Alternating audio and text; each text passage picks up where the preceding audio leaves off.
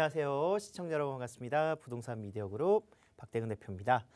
자, 부동산 시장의 대체 주거지를 집중하라라고 제가 누누이 말씀을 드리고 있습니다. 실질적으로 한정되어 있는 서울시 내에 위치하고 있는 지역 내에서 주택에 대한 공급들은 계속 늘어날 수 있겠지만 결과적으로는 정비 사업들이 이루어질 수밖에 없다는 단점이 있다 말씀을 드렸었고요.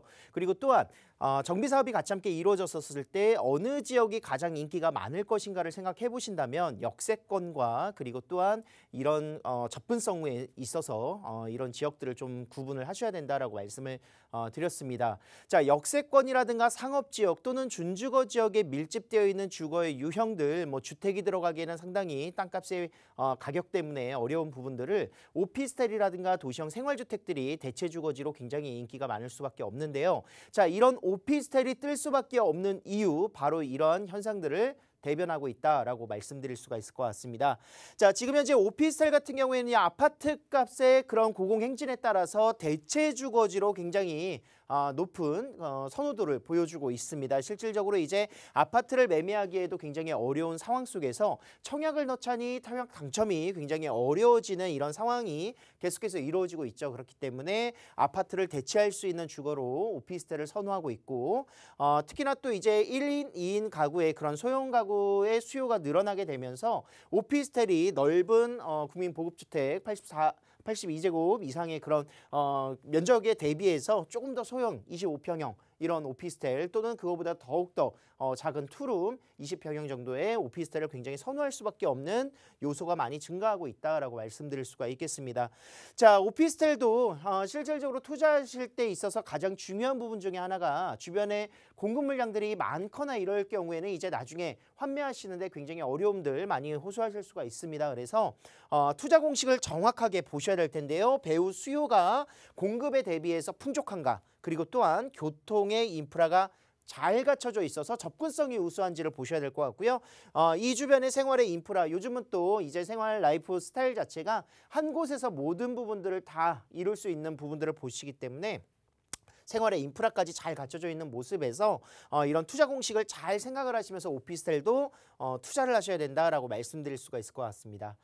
자, 매매 가격 지수만 보더라도요, 전국 오피스텔 분기별에 따라서 계속 상승하는 추세, 2021년 7월 현재 계속해서 상승하는 추세를 보여주고 있는 것이 바로 오피스텔의 매매 지수다라고 볼 수가 있겠습니다. 2020년에 대비해서 2021년 7월 기준 100.8포인트가 기록이 된 모습들을 볼 수가 있겠고요. 역시나 마찬가지로 이렇게 우수하게 오피스텔의 매매 지수가 올라가는 이유는 아파트를 대체할 수 있는 부동산으로서 오피스텔의 가격대가 상승하고 있다라고 말씀드릴 수 있겠습니다.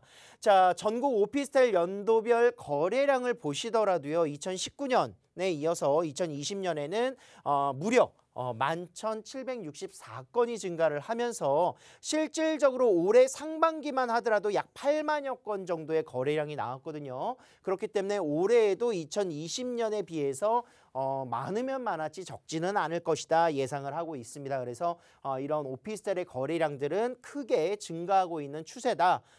말씀을 드릴 수가 있겠습니다.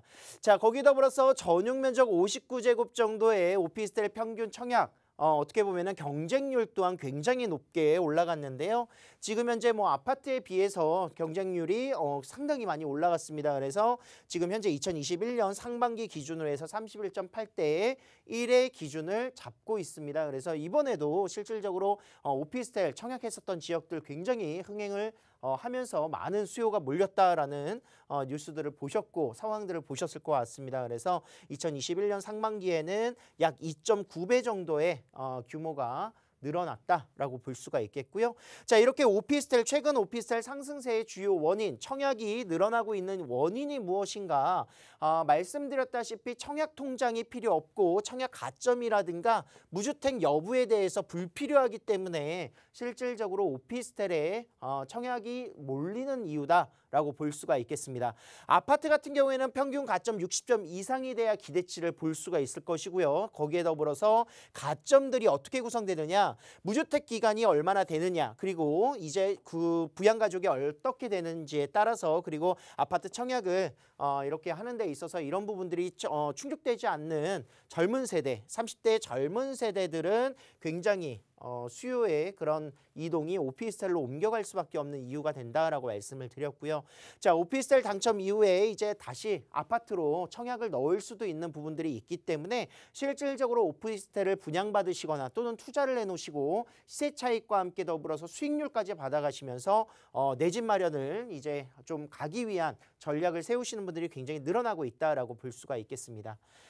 자, 이런 시장의 변화에 따라서 오피스텔이 계속해서 바뀌고 있는데요. 예전에는 오피스텔 하면은 높은 수익률 많이 기대를 또 하셨고 수익률은 좋으나 집값은 안 올라라는 이런 인식들이 굉장히 많이 팽배했다면, 지금 오피스텔은요 단순 임대 수익이 아니라 실수요자들이 선호를 할 수 있고 또 공시지가라든가 땅값이 계속 상승하고 있는 추세 속에서 아까 말씀드렸었던 투자의 그런 핵심 공식들을 잘 적용하신다면 향후 시세 차익까지, 시세 상승까지 기대될 수 있는 것이 바로 오피스텔이다. 거기에 더불어서 또 요즘은 이제 다주택자들에 대한 취득세 중과 부분들이 또 부담이 돼서 투자하시기 어려우신 분들 굉장히 많으실 거예요. 그래서 고정세율이죠. 4.6%의 고정세율은 오히려 투자하기에 적합한 취득세가 돼버린 오피스텔이 인기가 많아질 수밖에 없다라고 말씀드릴 수밖에 없습니다. 자, 어떤 오피스텔을 투자하고 어떤 오피스텔에 내가 분양을 받고 내가 거주를 해야 될까? 바로 직주 근접성, 인구가 꾸준하게, 수요가 꾸준하게 몰릴 수 있는 직장까지의 접근성이 우수한 지역들을 선별하시고 포인트를 잘 잡으셔야 성공적인 투자 하실 수 있다라고 정리를 해드리겠습니다.